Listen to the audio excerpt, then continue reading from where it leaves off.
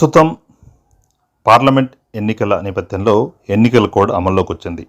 ఈ సందర్భంలో ప్రభుత్వ ఉద్యోగుల ప్రవర్తన నియమావళి గురించి ఈ వీడియో ఉంటుంది. ఒకసారి మీరు వీడియోని లైక్ చేయండి, అదేంటో చూద్దాం.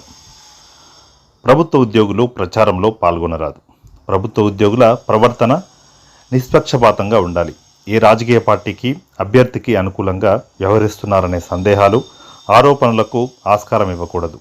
ఉద్యోగులు రాజకీయ పార్టీలు నిర్వహించే కార్యక్రమంలో పాల్గొన్న, పార్టీల నుంచి ప్రయోజనం, బహుమతి పొందిన, అనుచితంగా ప్రభావితం చేసేందుకు ప్రయత్నించిన అది ఎన్నికల ప్రవర్తన నియమావళికి విరుద్ధం.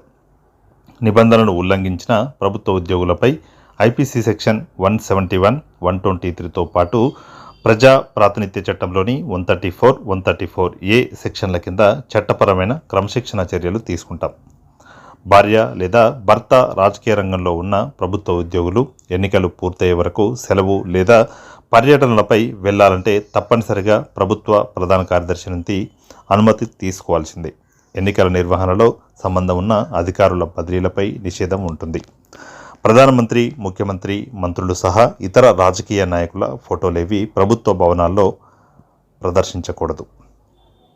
మంత్రులు, రాజకీయ నాయకులెవరూ అధికారులతో వ్యక్తిగతంగా, సామూహికంగా వీడియో కాన్ఫరెన్స్లు నిర్వహించరాదు.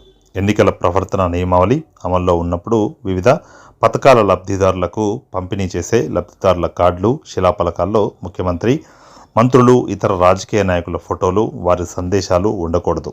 ఎంపీ, ఎమ్మెల్యే, ల్యాడ్ నిధులతో ఏర్పాటు చేసిన వాటర్ ట్యాంకులు, అంబులెన్సులు తదితరాలపై ఉన్న ఎంపీ, ఎమ్మెల్యేలు, రాజకీయ నాయకుల చిత్రాలను కనిపించకుండా మూసివేయాలి.